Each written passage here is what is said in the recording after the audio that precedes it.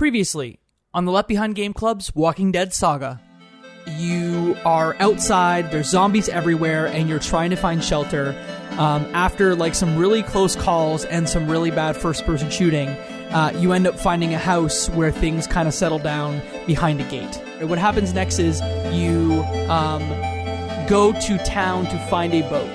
Yes, we end up in the sewers where we're trying to find a way out. Yeah, like there's a point where, like, spoilers, you go to Crawford to get some specific items. So essentially everyone gets all the things they need, but zombies are everywhere. You need to escape, and that's when Bree... there's a confrontation before things really get bad, and it's related to Ben and what Ben did in the last episode. You get bit.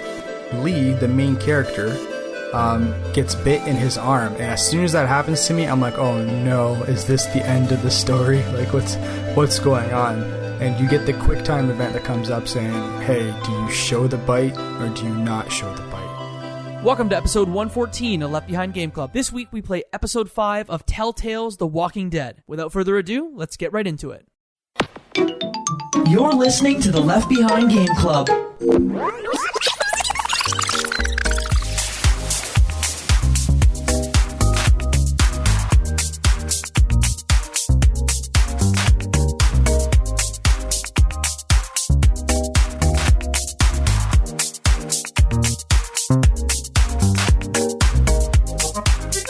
Welcome to the Left Behind Game Club, our never-ending attempt to make sure that no game is left behind. I'm your host, Jacob McCord, and today I have two friends with me. The first friend, you know him, you love him. His name is Mo Murtati. More zombies, let's go.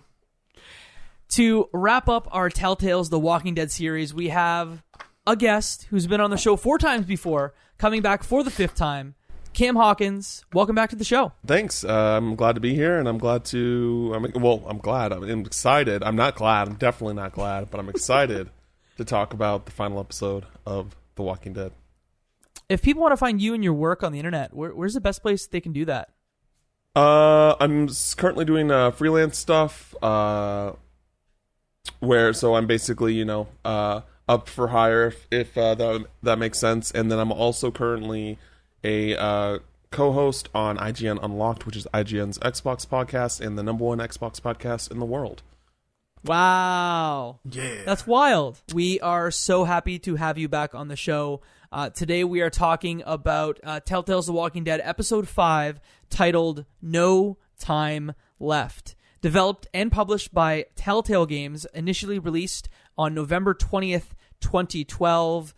Gentlemen, tell me where we ended episode 4, because it ended in quite the bombastic fashion. It's hard to explain everything without summarizing the entire episode, but more or less, there was a doctor he was a doctor who was helping Lee and co with things throughout the episode, and he at the end of the episode he basically offered to take Clementine off of Lee's responsibility because he thought that she would be safer with him and in his group, and he said no, and then Lee ends up getting bitten out of nowhere during this sense of like calm and this optimistic point in time where things just feel like things are looking up for the better. He gets bitten. You decide whether or not you want to show the bite to the group. And while you're looking, and this is all while you're looking for Clementine, and you basically think that it's Vincent that takes her because she's missing. You go to where Vernon. Vernon is his name. Yeah, correct. Vernon. You go to like the area where Vernon is, like, and his crew was like held at, and no one is there. And the real person behind taking Clementine talks to Lee through the radio, and that is how the episode ends. And episode 5 opens with a very, again, quick series of events, but truly the first thing that you have to address is the bite on your arm. And one thing we didn't mention, if you listen to the last episode, is that your group can be very different depending on the choices that you made in the 4th episode. So I think we had very similar groups, but just to note, if you are playing it, you may have a group that's just you. It may just be you and Kenny. It could be a group involving you, Lee, Kenny, Krista, and Omid. You are Lee. Lee, Kenny, Omid, and Krista. But I think the first big choice that you're faced with, I think, is one of the wildest moments in this entire series. Yeah. And it involves your arm and potentially cutting it off, right? Yeah, there's like a surgical saw that you guys find, and you decide whether or not you want to cut off your arm, hoping that Lee does not get infected. And so, first big choice, cut it off or leave it. Mo, you're a first-time player. What did you think of this whole sequence, and what did you do? Well, I initially, when I saw that my arm was bit at the end of episode 4, my mindset for how I'm playing Lee completely changed. Because before, I was like, let's try to keep the team together. We need to build a community, like be rational and straightforward, but still have a little bit of compassion. But once I saw the arm was bit, and based off everything we've seen, my brain's like, all right, he's turning, and I need to watch out for the best interest of the group. So I went with the flow of whatever they want. I don't want to add any input or influence besides like maybe make it quick if you're going to take me out, because I could be a threat for the team, and it'd be very, very, I guess, selfish for me to say, hey, don't do this, do it this way. I'm just like, whatever you guys think. I've set up a framework of showing you who I am, like helping and being compassionate. If they want to just kill me right now, cool. If they want to do whatever. So for the sawing off the arm, most of my options, I kind of didn't choose any of them. It was like, let's see how the group talks, and that the decisions were very quick too. So they ate up all the time, and most of my responses were like, whatever you want, whatever you guys need. So yeah, I did chop off the arm, because if that works, cool. If it doesn't, and I have blood loss and I died, that's Lee's fate for right now. Let's see how it goes. I cut off the arm as well. I think that it doesn't really lead to much, but I wanted to be reminded of how brutal it was, just how like Krista takes the surgical saw, no anesthetic, no painkillers, and just starts to saw the arm. It was disgusting. It was, even though it's cartoony, disgusting. Cam, do you feel the same way? I mean, I didn't cut the arm off this time around. I kept contrarian. Yep. So what happens? I think there's not much that, like, it's just like a cosmetic change, but what happens story-wise? Do you just faint and they're like, we didn't cut it off? Yeah, basically, he just like, nah, don't do it. Just keep an eye on me. And then he basically also like does a mention that he wants both of his arms to like basically kill the person that took Clementine. And it's wild because you're immediately like pushed to, hey, zombies are around. You're pushed to climb a ladder with your recently amputated arm, get up to the roof, where you realize that, you know, you're going to have to cross to the other side of town, and you do that by by ringing the bell. But again, there's a fun series of events where you talk to your compatriots, if you have them, and you see a bell, and somehow you're the man, just had an amputated arm, you're going to take a ladder, and you're going to be the one to like use it to cross a building, to ring the bell, to get the zombies to come towards you, so your path towards Clementine and her captor are safe. Yeah. Yeah, no, there was a lot of stuff though, but like, in that sequence of you like deciding to get into the elevator and become that superhero that like drags yourself up with one arm, that I found was very like slow, and like I want to say like you almost want to bash your head against the desk, because like it's tough to figure out like where to go to get the next item. And we had the situation with the train in I think the previous episode or episode 3, so that it wasn't like smooth as butter to get to that like bell situation for me. It was a lot of like, where do I go? Okay, I have to look for something. Okay, eventually I just kind of did a quick search, like, where can I find this stuff? Because I assumed it was going to be another train situation where you're just collecting items. You're playing on Switch, right? Yeah. Everything good there, like, technically? Yeah, I don't think I had a single issue on the Switch so far, fingers crossed. Well, actually, we finished episode 1, 2, 3, 4, and 5, but there wasn't anything that I would have noticed, or maybe if someone did have something like that and they mention it in like the Discord, maybe I can connect the dots, but it was very smooth. Okay. I think. So you make your way from the roof after the bell is rung, and your group immediately says, hey, we need to go and find our boat, and then we'll go get Clementine. So you go back to the old mansion from, I believe it was episode 4, and you find that your boat has been taken. So who took the boat, y'all? What happened? Oh, a friend from a previous episode, and their group took the boat. That's great. I love that. And that's when you realize, after your boat's been taken, that you have to defend yourselves because there's tons of zombies coming. Yeah. So that's when you have to barricade yourself in the house. And this in this episode, there are 2 or 3 sequences that I really love, and this is one of them, despite the shooting being a little tough. Yeah, I actually, for some reason, this is, so first of all, we're playing a zombie game, so there's not that much realism or things we can expect, and there's a lot of cartoonish things, but there is one situation, the one you mentioned now, where you're barricaded in the end of a hallway, and there's zombies coming at you, and you're all just shooting the remaining ammo that you have. For what? So good. But why? Why wasting it on this? You could have just left or figured out a way to escape. And they're like, let's just stand here, blow everyone's eardrum out because there's no ear protection in there. Everyone's wearing t-shirts, blasting hot shells. They're guaranteed there's burn marks all over people's necks and arms because they're standing right next to each other. So that's my unreasonableness rant, and I'll stop it there. Everything else was fine in the game. I love how you're like, it's a zombie apocalypse, but I want to talk about safety. Safety, yeah. How are you going to hear if your eardrums are blown out because homeboy next to you is shooting a 44 in your ear? Come on. I loved the way that sequence was kind of set up, from a scene perspective. Imagine that there's a big desk that's blocking zombies' way. They're coming around a blind corner. You have a limited amount of bullets, and people are calling out hey, how many bullets do you have? Couple? What do you have? 3, 4? And you just shoot the bullets you have left. And even if you hit every single headshot, zombies will still come get you. Yeah.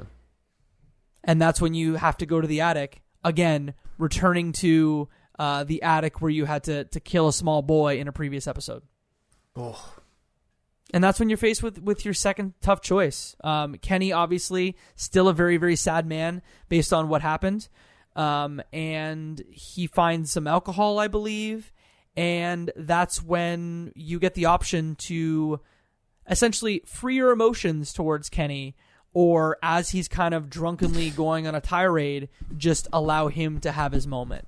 I don't think, again, it was a big decision, but I want to know, Cam, do you remember what you did there? Yeah, this time last time I just kind of let him do his thing, but this time I was just just as someone who's played through the game enough times, just I think this is the time where I realized I was man, this dude really doesn't stop complaining. You know what I mean? So it's just the first time I was okay, he went through a lot of ish. Honestly, Kenny, I've always been pro Kenny. I just I get his frustrations and things like that, but this time around, I'm bro, you're at this point, you're just grasping at straws now. Everyone's in this situation. Just shut the fuck up. And so, yeah, I kind of went off on him. Yeah, I did the same. Mo, did you lose your take, or did No. you lose your way with him? No, Remember, you just let him have his way. I'm somber. I'm being as calm, cool, and collected. My arm is missing. I might turn any second and bite someone in the neck. So if I see an argument, I just let it figure it out. If he's arguing, I went the soft route. Everything for the rest of the episode was very what's the best for the other people, and I'm already on my way out. Let's make it graceful. Very fair.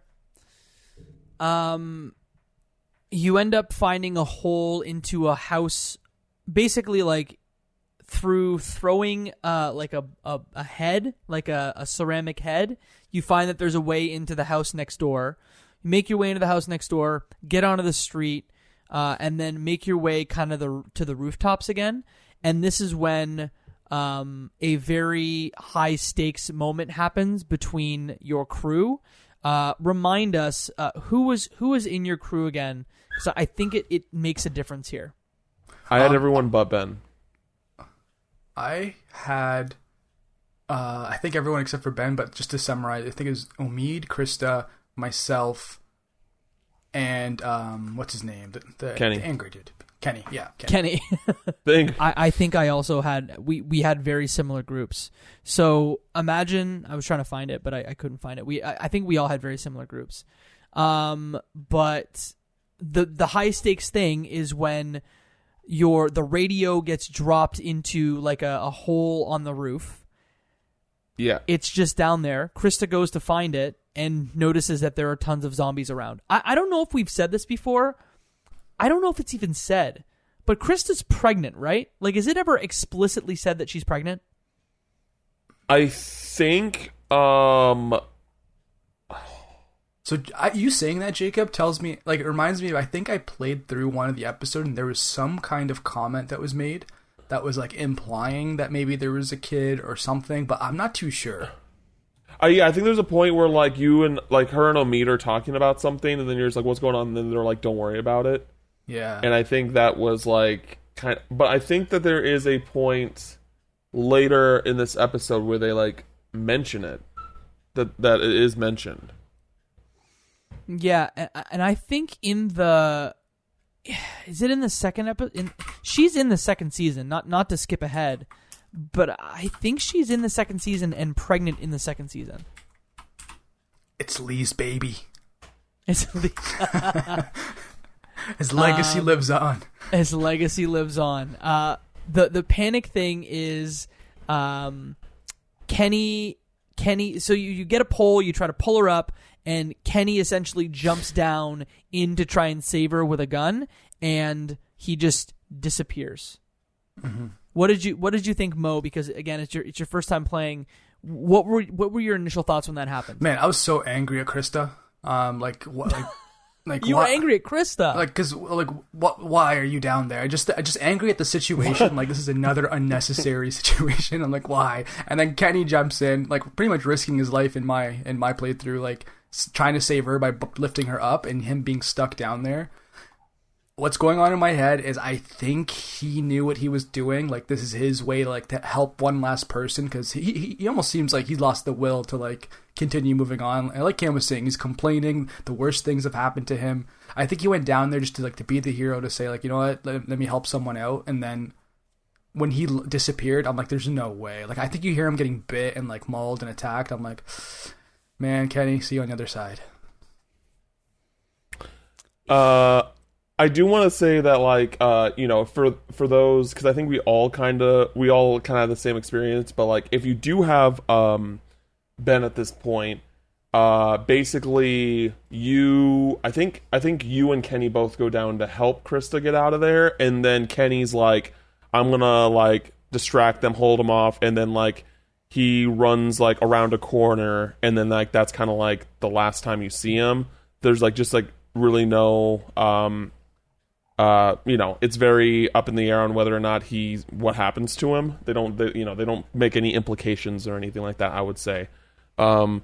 So yeah, it's and I like how the game kind of did give him a little bit of closure right before this moment, where he's just, like, talking about Kat, and, like, how he's like, he's obviously sad and, like, upset about her, like, taking her own life and stuff like that after Duck turned, but, like, he doesn't blame her for it. Like, he forgives her, and, like, I think that's, like, a really, like, important moment for his character, when right before, like, we at the time we didn't know, but right before he was seemingly gone. So yeah, that's right. He's very angry throughout all the episodes, and you're right, Cam. Like, that moment, he's like, I'm angry for what she did, but I forgive her. It is that, like, final bit of, like, he's accepting what's happening and moving on from it. So it is that little bit of, it is comforting that he had that one moment, because he was in a full, like, chaotic, like, anything issue that came up, he was just yelling and screaming, upset about something. Yeah, I feel like he's just at this point now where he's just like, if anything happens, he just wants to, like, be able to kind of like a confession, like, that, like, that someone would say to a priest in the church, like, that type of thing. Just like, I had my issues. I wasn't a perfect person. Like, those type of things. That's like the kind of feeling I got, was just like him just kind of saying his piece in case anything bad happened, later on. So your path after that is essentially that Lee gets separated from the rest of the group because you try and cross like a very rickety, almost like entry to the town that's made of metal rebar or just metal. And so you get separated from your group if you have a group. And from there, what happens is you have to make your way through a very big group of zombies using just like, I think it's even just like a piece of metal or a piece of glass. And you just have to, or a cleaver, and you just have to like cut your way through zombies. And I don't know how y'all felt, but I thought that, again, this episode stylistically is my favorite just because there's a lot of cool stuff that happens. The scene in the house where, all the zombies are behind the desk. The point where you are just like walking through zombies and chopping them down. The scene that we're going to talk about next. Did you guys feel badass when you were making your way through all these zombies? I was a mix. One, I'm not like you, Jacob, where like I enjoyed a lot of the mechanical aspects. I found it like coming from like, the high-paced action games and like normal first and third person like adventure games.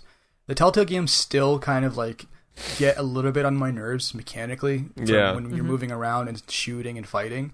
And if I felt kind of the same way. So when I was moving through the mob, I did kind of enjoy it was different from before. We're always scared of the zombies, whereas now Lee's like, I'm going forward. I like that aspect of it. It's like, if I die, I die. Like, if he dies, he dies. I did enjoy it, but mechanically it was getting a little annoying, and I was just waiting for it to be timed right to hit like B or hit up or whatever it is, just to get through that moment. But I think I did kinda maybe enjoyed that moment, like you asked. I think what Jacob was saying more is just like the variety of things that you get to do, which so there's like an action paced one, there's one where it's just like it's kind of like that one of the first episodes of the TV show where Rick and Glenn are like putting guts all over them to like stealth through the crowds of the zombies, but this time it's like, like Lee. And the thing is, like, I don't think a lot of people think about this as well, but I think that this is kind of like the moment where you get that confirmation that, like, regardless of you cut off your arm or not, like, Lee is not coming back from this because the walkers don't detect him because he's starting to smell like a walker. You know what I mean? Like, he's already beginning to turn. Like, it's a very like small attention to detail there that like I don't think a lot of people think about when that scene begins, because it's also still you're so like in the moment, because it's also such a what's the right word? Tense? It's tense. It's gripping. It's one of those situations where you're just like, all you're thinking about is specifically trying to get through this crowd and get to Clementine, but on the back end it's just like, oh, this is it. Like, Lee's not going to get out of this. I think the tension continued in the next part of this, which I think is one of the best moments in the entire series, and that's the confrontation with the stranger inside of the hotel room, who is actually played by the same voice actor who did Chuck. He also plays Mojo Jojo in the Powerpuff Girls, so it really shows you the breadth of his voice acting chops and experience. But I don't know how you guys felt, but this was like very tense, and there were some moments in there that I will always remember, or will remember for a long time. Mo, it was your first time in this entire scene. Do you want to maybe set it up for us? Sure. I don't have the... hopefully, if I miss anything, please pat it in. So I think you enter in and you see this weird guy. I'm going to be honest. I was like coming out of left field, don't know what's going on. And I think that's when is this when he makes you make your decision to give up your weapons or not? Is that? Yeah, this is the third tough choice, which is, do you tell him you have weapons or do you keep your weapons on you? Yeah, and I think you hear Clementine's voice too, like as like a confirmation that she's behind like some door, and then that's when he asks to like give up the weapons. I right away was like, whatever happens, I'm gonna turn into a zombie. So let's talk this one out. I think calm, cool, and collected might help. This guy seems a little angry for some reason. He is armed, so let's just kind of see how talking goes. So I gave up all of my stuff. And I was like one of, I think 30% of people gave up their weapons. So I don't know what happens if you don't. Yeah, so on the platform I was on, 80% of players kept their weapon, including me.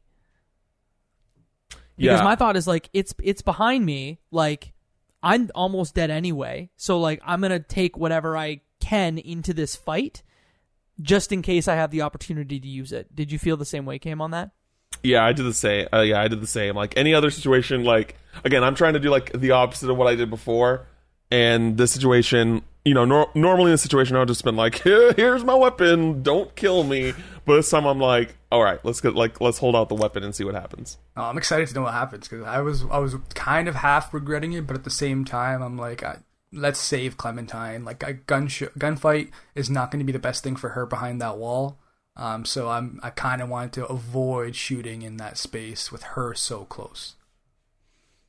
And so the stranger essentially is I don't want to call him a plot device because he's more than that. But what he does is he walks through all of or some of the choices that you made, because you come to find out that one choice that I think in a last episode I called inconsequential. I'm like, why is this car thing here? It doesn't matter at all. Remember from I think the second episode when you have a chance to steal from a car? Well, it's because it was his car, it was his family stuff, and if you stole from him, he tells you like, I don't care if you didn't steal from me, your group stole from me, and that's when I started stalking you. Mm-hmm. Stalking is a strong word. Yeah, and like he also made that like the story too, where he's like his spouse or partner at the time told him like he had to go get supplies, and if he didn't, they're over. And now he's just holding this like vendetta against whoever took his stuff, aka Lee. And I just thought it was a huge stretch, and I could see this guy that has been, not to use the bad terminology, but he is gone. Like he was his self is gone. He's operating almost on on like autopilot.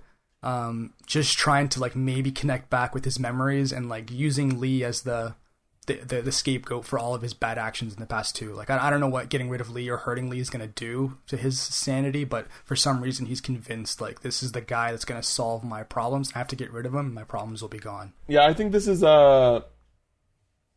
like kind of the part where like you really recognize how genius this game is, of just how it's, you know, the villain is literally the person that just basically judges you on everything that you've done. And, you know, like, it's one of those things where I wouldn't say that, like, he makes like, regardless of what your choice is, like, whether you know, it's like, you know, because, like, when you play through this game the first time, you think that this choice is, like, the best choice, right? So it's just, like, I wouldn't say that, he makes it seem like that all the choices that you made were, like, bad or like wrong, but I think it definitely makes you rethink all the choices that you made to a certain degree, and whether or not you think.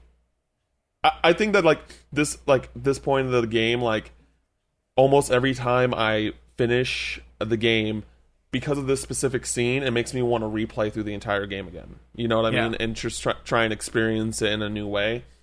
And it's just it's really, really great. It especially because like just the way that this narrative is structured, it just it makes the car decision at the end of the second episode feel so like irrelevant to the overall story, and then you realize, and then like finding out that was the key to everything the entire time. This game is fantastic. This game is just fantastic. Yeah, and I'm certain that I said that I didn't know why it was in there and it seemed out of place, but it's because I've not played this game for probably like 7 or 8 years. So I take back what I said. It makes a lot of sense in hindsight, but there's one part that we haven't touched on, and it's the bowling bag at his feet. Yeah. Yep. Mo, what'd you think? That was the official. When I heard him speaking to his wife inside of the bowling ball bag, it was like, okay, I wish I had my gun, because like we're not dealing with someone who's going to be rational and have a conversation. This is a threat to Clementine if I'm not here, and a threat to me right now. So let's see how. Like my assumption was like when they showed that, I'm like, okay, we're not talking through this. Something has to happen because this guy's like lost it. That's what I thought. And that's when, he's talking to the bowling ball bag, which has his wife's head. I think his wife's zombified head inside of it, because you hear like a little like from the bag, and you see Clementine come out of the bathroom because she essentially figures out how to get the rope away from the bathroom door. She opens it, and as he's looking down, you have the option to essentially like with your eyes point at a weapon for her to grab. And Cam, for you and I, as someone who kept their weapon on them, it actually came in this case to bite us in the butt. Because if you kept the cleaver on the table, she had an option between a lamp, a bottle, and a cleaver instead of just a bottle and a lamp. Yep. Does it make a difference though? Because like in my playthrough, she still like bashed his head. I actually, since I did give up my weapons, I still selected the bottle, and like that's what she used to hit the dude in the head. But sorry to jump a little 2 seconds ahead, but yeah. No, I think that there's not much of a like the end is the same. Yeah, and also something worth mentioning is that like if you don't choose something, she'll just attack him, just like with no weapons. Just spider monkey just on his face, like clawing him or something. I want to see what that actual playthrough is. So fight happens, and it ends in like it's a very high stakes fight. It's a very like tense fight, but it ends in you beating up the stranger, and you're then given the option of the fourth choice in this game, which in hindsight I'm surprised I made the choice.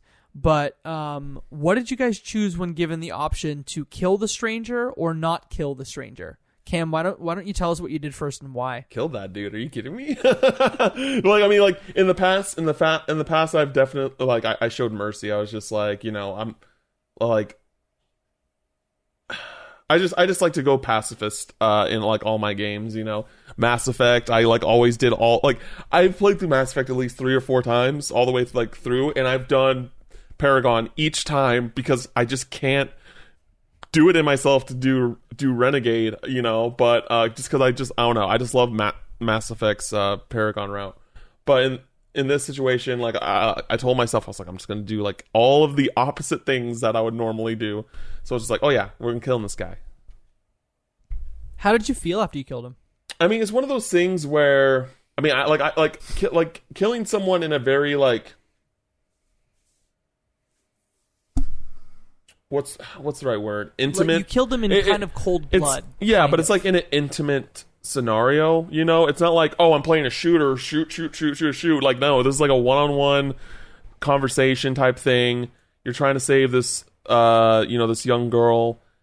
It's a, so in that scenario, like, it's, and knowing that like this guy is definitely like has some mental like issues with his regarding like his wife, and he's mentally scarred basically, and it's just like he's unpredictable. It's just the unpredictability, like, oh, what would happen if I did show mercy, or if I didn't overpower the stranger or anything like that? What would happen? So for me, it was just like, he's like, you got to kill him because you don't know what he'll do if you don't kill him. You would know. Because yeah, exactly, and because he basically put all of his cards on the table, like, hey, my objective in life now is to ruin your life. That is my objective in life.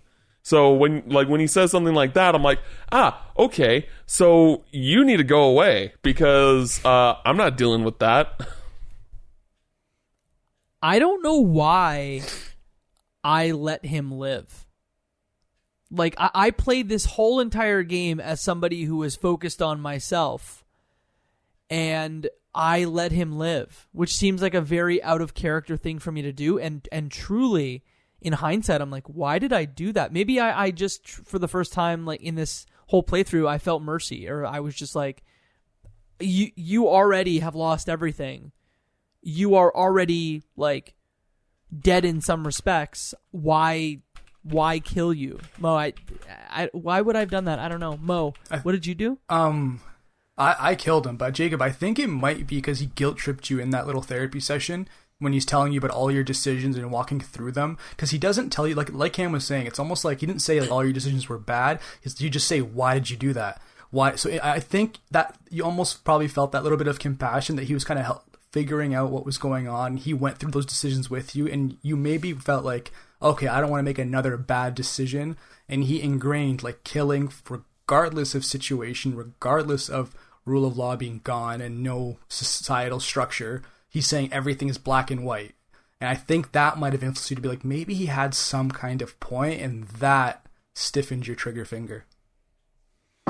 I have played, for anyone who's listened to our Telltale series before, I have the moniker of the Big Bad Wolf because typically I do like the nastiest stuff in these playthroughs, and this is probably the first time where I didn't do it. So yeah, I guess the monologue worked. The Shakespearean moment got me. I like Cam, I kind of mentioned too, like with my situation, why I decided to take him out was because of that last little sequence when you talk to him and he's talking to a zombie head in a bowling bag. I haven't spoken to Clementine in a while, so like if everything goes bad, I die, this guy dies, what is she going to do? Stumble along? She has no direction of where to go.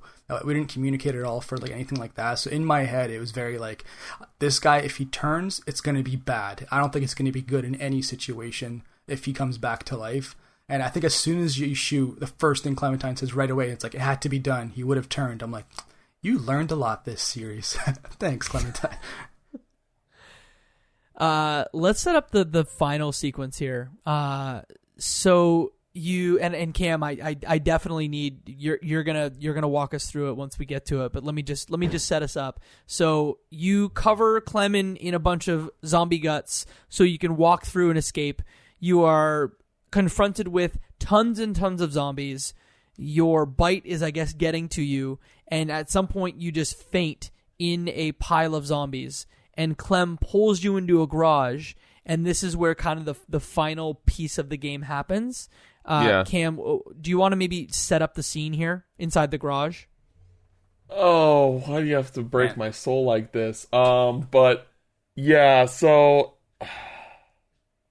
man, well, here, let me actually ask a question first. Yeah. So we have a couple questions from the community. Sure. I want to know, this question comes in from Marvelous Iggy. They ask, how many buckets of tears did you cry? Your first playthrough. Here's the thing. My first playthrough, I don't think I really cried, but I was legitimately like, I don't know what it is. Like, I'm not even like saying this to like sound tough because I'm not a tough guy whatsoever. Like, but like it's really hard for me to cry, whether it be from a game or for a movie. Like, it has to really hit me, and I think that like this part was very devastating. It just didn't have the build up to that moment that I think that needed for me to cry, if that makes sense. But I was definitely like very, very sad, like on like near the verge of tears, I would say. And it's just one of those things where it's like you don't it's not like you don't want Lee to die, but you also just don't want to say goodbye to these characters. Like, you know what I mean? It's literally like it's a kind of like a double-edged sword, where it's just like, you definitely don't want this character to die, and you definitely don't want to say goodbye to these characters because, you know, that you've just gone on such this like wild, crazy adventure with them. And but it's also kind of, I don't want to say like it's in any way a positive light, but I just want to say like it's kind of like a passing of the torch. Like, you know, Lee's just like, I'm a goner. You know, this is just something that you gotta understand, Clementine. Like, this is like basically like his last lesson to her of sorts. Just like, hey, you're going to find new people, you're going to lose new people. You just got to survive. You just got to you have to adapt, you have to be able to do what it takes to survive because you've made it this far. And so, but the last thing you got to do is either one, just walk away and let Lee turn, or two, you shoot him. You have her shoot you, which is it's really interesting for me because for me, I just it just hurts so much of the idea of Clementine shooting Lee that the first two playthroughs I was just nope, I'm just gonna walk away. I'm gonna let you turn because I do not want Clementine to kill the person that has basically helped her survive this entire way through. And the thing is, because I showed Celia this series, and she did kill Lee, and I was shocked. I was what? I was so I was just absolutely devastated to hear that. But then or I think I watched her do it, and then when they show the poll at the end, the majority of people did it, and I was just so heartbroken thinking about that. But the more I've thought about it throughout the years as to why people do it, it's just I feel without getting into spoilers, I feel the way they characterize Clementine moving forward was very much in the sense of you did kill Lee, you did shoot Lee at the end of the game. She very much has this mentality moving forward that hey, you got to do whatever it takes to survive. And I think that that moment, that kind of fits more of that characterization for a character moving forward. That's that doesn't include just the choices you make throughout the seasons moving forward. That is what if there was a canonical actual ending to the first season, I do think it is that she does shoot Lee, but it's one of those things that I understand that man, how can you just let Lee turn into a zombie, into one of those things. Yeah. But and the thing is I really hope you guys shortly after this play through the final season of The Walking Dead, because a lot of these questions especially about this final bit of the game is brought up in a bigger way in the final season. Hey, are zombies are humans still there? Do they are they trapped in their mind? Is there some sort of connection to their previous selves in these zombies? Mm-hmm. And that's kind of why I'm just if Lee is shot, then he's gone forever. It's he's gone forever, but at least if he turns, he's still there in some way. But then I can also see the mentality of at least he might be gone, but he's gone being himself, his 100% genuine self. It's such a heavy loaded decision that it's just at this point I can understand the justification behind both choices, but I think at the end of the day, just the idea of just doing the act of shooting and killing Lee is just too heartbreaking for me to do. I appreciate you bringing up the final season because truthfully, I've not played it. I've played the other. There are 4 seasons, right? Is that how that worked out? There are 4 seasons. The second one you play as Clementine completely. The third one you play as a new character, and it's kind of a one-off story, but Clementine is there.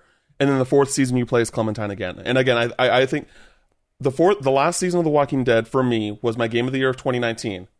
Anyone who knows me knows I love Kingdom Hearts more than any franchise ever. It placed higher than Kingdom Hearts 3 for me. That's how good that game was. Even though Kingdom Hearts 3 did not meet expectations, I still think it was my number 2 game of 2019. The Walking Dead: The Final Season was my number 1 game of 2019. It still is to this day. Like, I think at this point, when I re-ranked my favorite games of all time, it is in my top 10. It is my number 6 favorite game of all time. It is, in my opinion, better than the first season, if you ask me. And that at playing that game, I did cry. I cried a lot, like a lot. So it's one of those things where you don't have to really play the second and third seasons to get the full appreciation of the final season. I would still recommend playing them because there are things that I think that people would appreciate by playing through all of them. But I could say that, like, hey, you have to know like this one thing and then go into season 4 knowing that, and then you'll be good, if that makes sense. But there are definitely benefits to playing through the seasons 2 and 3.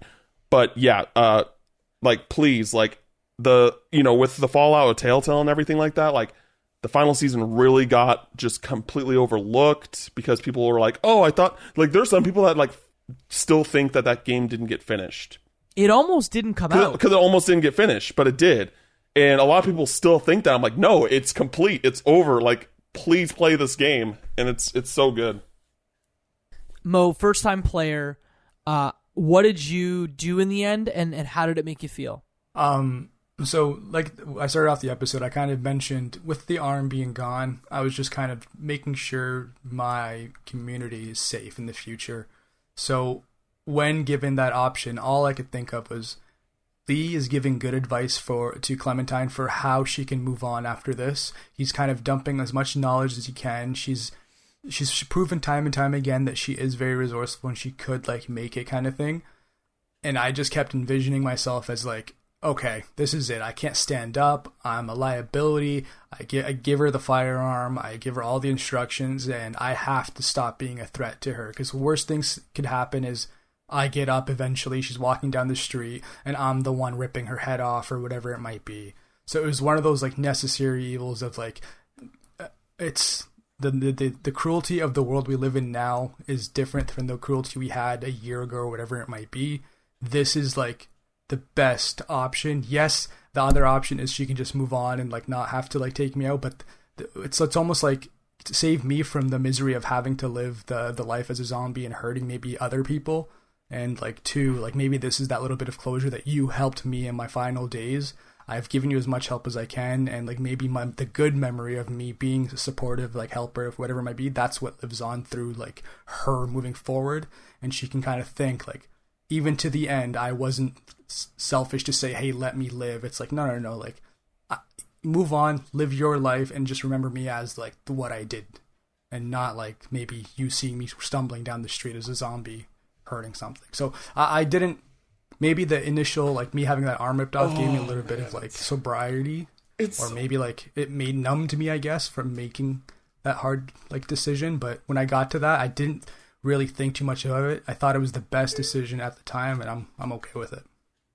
Dude, this, like, what you're talking about right now is, I'm telling you, like, the final season of The Walking Dead, like, focuses on these ideas so much. Yeah. And it's, oh god, it's so good. Like, I can't say anything without going into spoilers, but man, like, this, I think that's, like, I think you hit the nail on the head. It's a lot of, like, it's a lot of really important stuff to consider. And, like, and the thing that I think that's really interesting about it is that, like, I don't think there's really a right or wrong answer.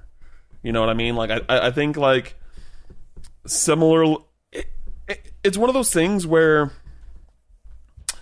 playing through this game 3 times at this point, I feel like there isn't as much, like, I would say, variety in, like, the paths that you can take than I originally thought was possible when playing through it, like, my first time. Like, I was like, oh man, there's got to be, like, all these different ways that these stories develop. But there's a lot of, like, oh, regardless of what happens when you get to this point, this is going to happen. You know, like, and I think that at first I thought of it as, like, kind of a criticism to the game, but I actually think it's to its benefit because again, at the end of the day, like I feel like I think like every decision in the game, you can make a justification behind it that feels valid, whether you agree with that decision or not. Like, oh yeah, I get why you did that, but I did it this way because of this reason. So like when you do when you get to this culmination of this like final choice, and you like look back at all the like everything that's happened, like at the end of the day, like it isn't there. Like everyone's playthroughs like are valid on like a just justification standpoint, where I think that like again, like if you just had a conversation, it's like, oh, this is why I did this, like I think it makes sense, and because it's like more tightly tightly fit on the paths that you can take, that like helps it in its benefit. I hope that makes sense. No, it makes total sense, and what I adore is that not only can you make a justification for just about any choice, I as a player driving the action had a change in heart as I went. Like I came in and I was like, I'm gonna be a bad guy, not a bad guy, but I'm gonna be a guy who's gonna be self-centered, who's gonna make choices for me. And as I go through this episode, not only do I make a choice to give give the stranger mercy, but as Clementine, I, in my own brain, like am merciful towards Lee by doing the exact opposite thing that I did to the stranger, where I murdered Lee, but out of compassion. I'm like, I know what happens. I don't want to see it happen. I love you. You saved me a bunch of times, but I need to do this because I guess by killing you, I want to save what humanity is left within you. Which again, Cam, I think what you're saying is like, yo, if you think you're gonna have struggles with humanity now, wait until you play the final season, right? Absolutely. Any final thoughts about this episode before we get into some questions? No, not really. I think that this is a game that like a lot of people who aren't big gamers could play.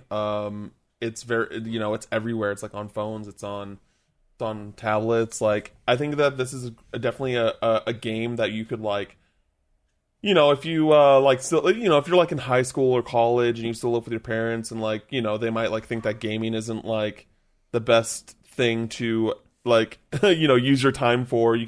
This is a relatively short game that I think that you could just like sit down and show them like, this is what gaming can be. Like this is why I love gaming. Like this is like a great example of that in a way like that is approachable to them, and it's something that they can use to try and understand your love for gaming better. Because coming from someone who has two parents that do not, my dad did not care about gaming at all, and thought it was more or less a waste of time, and my mom as well. Like, granted, my dad was supportive when I did the gaming stuff and things took off and like, things like that. But like growing up, no.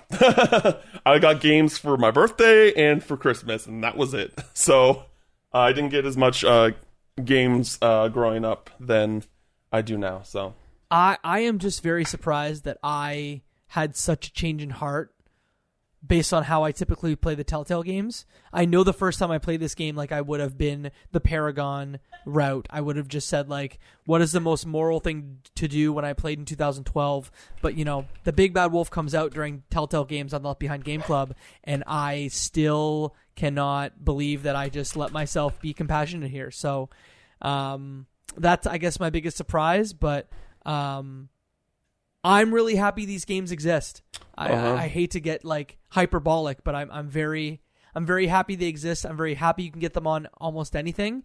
And we got a question from the Greatest Story Ever Played podcast, Story Ever Pod. They said, would you play season 2 in the future? I think that given that I've like gone and done this again, I have to play season 2. I have to play season 3. I have Walking Dead Michonne that I've never played and probably should. You don't need to. It's a fun one-off. It's a fun one-off, but like it's not connected in any way. It's honestly a game you can knock out in like one sitting. You could like play because there's only 3 episodes. It's not 5, so you could just sit down, take a day, and play through it. But like, I would definitely prioritize the main series before playing Michonne. Okay, there you go. And I do need to play the final season for the first time because I'd not done it. So there are my thoughts. Mo, do you have any final thoughts before we get into questions? Yeah, I might be a little bit different than both of you. So my Telltale game history is everything we played on the podcast. So the Big Bad Wolf, the Wolf Among Us, that was my first one, and then we did Batman the second time. Had some mechanical issues, and The Walking Dead here's the third one. I enjoyed it, but I'm almost at the point where like the Telltale games for me are not the style of games that I enjoy as much unless the story is incredible. This one had a really good story. Batman didn't have the best story, but it was fun having the nostalgic characters of like the Joker and all of them.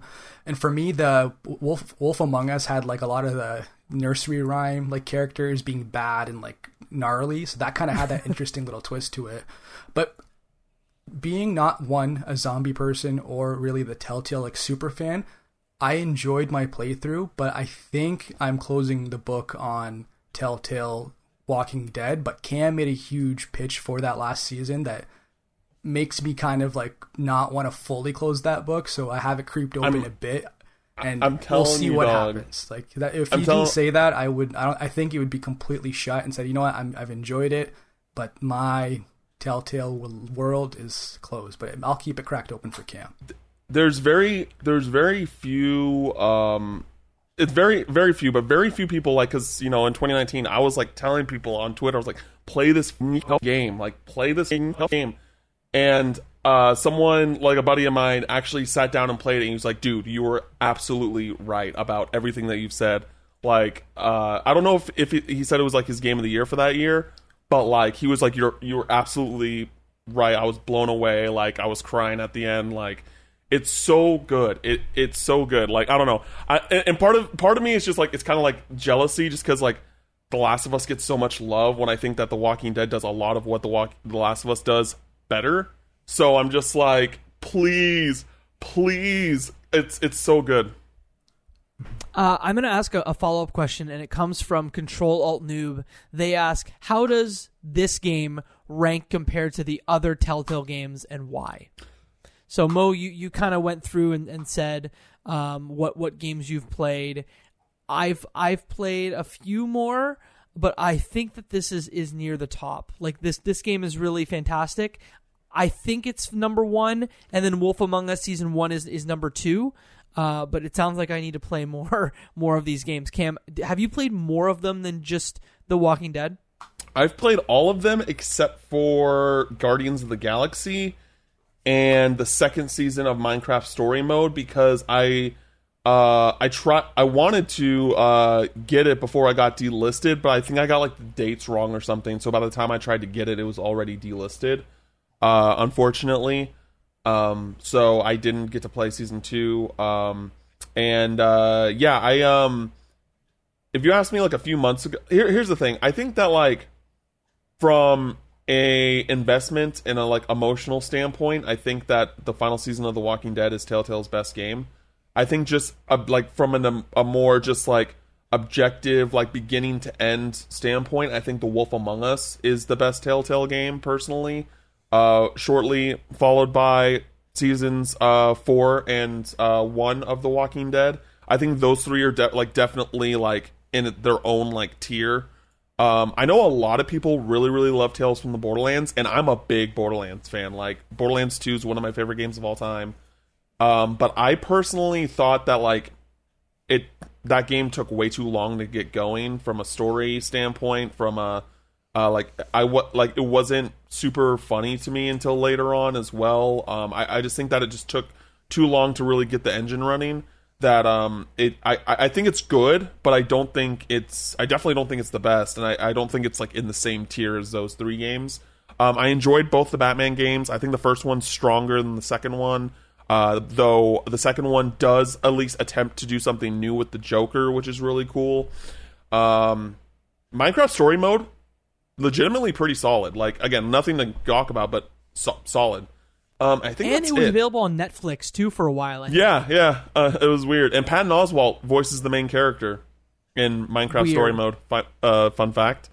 Yeah, so those are all the ones I've done so far. I plan on playing Guardians of the Galaxy. I've heard that's like considered the worst. Since, you know, The Walking Dead till now, you know, of like the modern Telltale games. Yeah, exactly. I heard it's like just the very most like, okay, you know, this is what this is type thing. But I do want to play it because it's the only one that I can play that I haven't played yet at this point. So I just haven't taken the time to do so. Don't sleep on Poker Night at the Inventory and Poker Night at the Inventory 2. Those are fun, weird games if you've not heard of them. You get to play poker against like a character from Team Fortress 2 and which one? Strong Bad. Oh. Like, it's bizarre. Mo, there's a question specifically for you. It comes from Shane Chiasson, who edits videos for the Left Behind Game Club. Thank you, Shane. Incredibly. He asks, knowing what you know now, what would you do differently next time, Mo? I think I would go the Jacob route or the Cam route from this playthrough. Full aggro, cause as much chaos as possible, and see how the story changes. Because I was very level-headed and like kind of seeing how things go, compassionate, but I think any aggressive decision is probably what I would do just to see how it. But maybe like you, Jacob, I might have a change of heart if it gets a little too wild. But that's what I think I would do. Last question comes from IamLinkHS on Twitter. They ask, do you have a go-to zombie apocalypse plan in place already? A fun question to end. I do not. I do not have a bug-out bag. None of that stuff. You guys? Go-to zombie apocalypse plan? No, Cam? Nope. No? I'm probably one of the first ones out. Let's just say that. I don't have one, but now I'm just thinking about it. I'm like, I think I'd get all my camping gear, my girlfriend and my dog.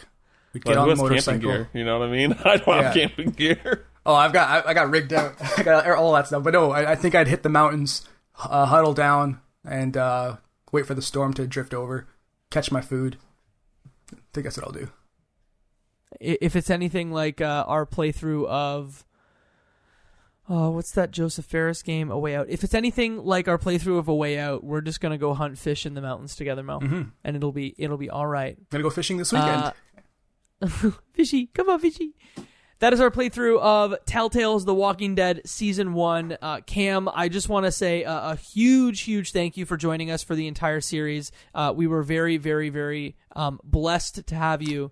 Blessed is not the word I want to use. We were very thankful to have you. So before we close it, let folks know where they can find you on the internet and find your wonderful, wonderful work. Yeah, so I'm currently not writing for a specific site, so I'm freelancing, so you can see me really anywhere as possible at this point. But again, I am currently a co-host on IGN's Podcast Unlocked, IGN's Xbox podcast.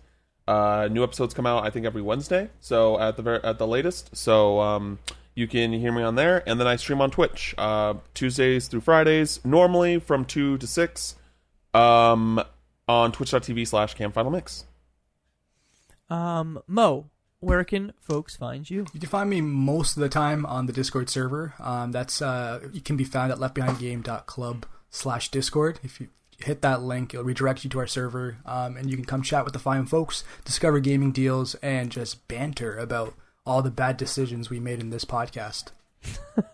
Yeah, right now in the Discord, folks are talking about the Assassin's Creed series. They're talking about our playthrough of Detroit Become Human. It's really popping off, so I highly recommend checking that out, leftbehindgames.club/Discord.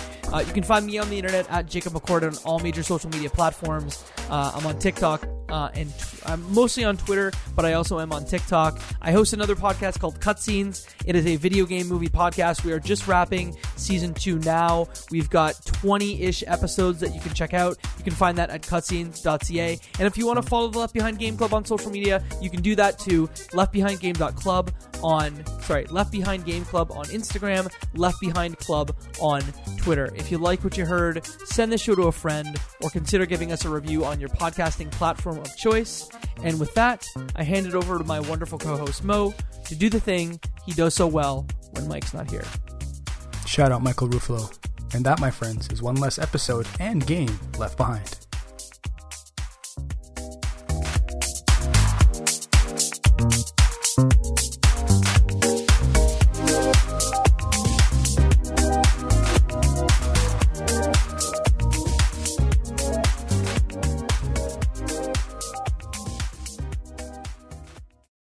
I'm Jacob McCord. I'm Katie Lesbrance. And I'm Travis Colnett. We are hosting a brand new podcast called Cutscenes. There are tons of video game podcasts and tons of TV film podcasts, but we're going to bring you the intersection of both and talk about video game, movies, and TV. I know what you're thinking.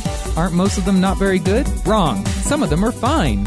And we're going to tell you all about them. Make sure to subscribe on your podcasting platform of choice. Follow us on Twitter at cutscenes_pod. And most importantly, give us a listen. See you soon.